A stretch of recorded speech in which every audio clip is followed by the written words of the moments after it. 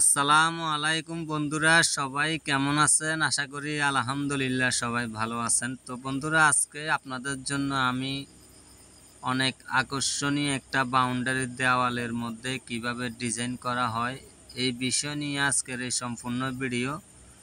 তো যারা ভাবতেছেন আমরা ডিজাইনের কাজগুলা শিখব, তো আপনারা এই সম্পূর্ণ ভিডিওটা দেখার জন্য চেষ্টা করবেন। তাছাড়া আপনাদের পরিচিত যে মিস্ত্রি ভাইরা রয়েছে তাদের কাছে এই ভিডিওটা শেয়ার করবেন।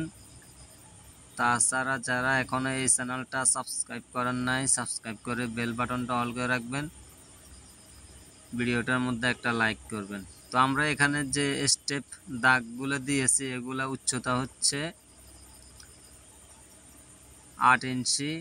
তাছাড়া এখন ফাঁসে যে দাগগুলো দিতেছি এগুলা হচ্ছে 9 ইঞ্চি। তো আমাদের এখানে একটা গ্যাপ থাকবে, গ্যাপটা হচ্ছে 8 ইঞ্চি প্লাস 9 ইঞ্চি। তো আমার এখানে যে গ্যাপগুলো দেখতেছেন এগুলো 8 ইঞ্চি প্লাস 9 ইঞ্চি। তাছাড়া এখানে আমাদের যে স্টিল পাটটা রয়েছে এটা হচ্ছে 2 ইঞ্চি।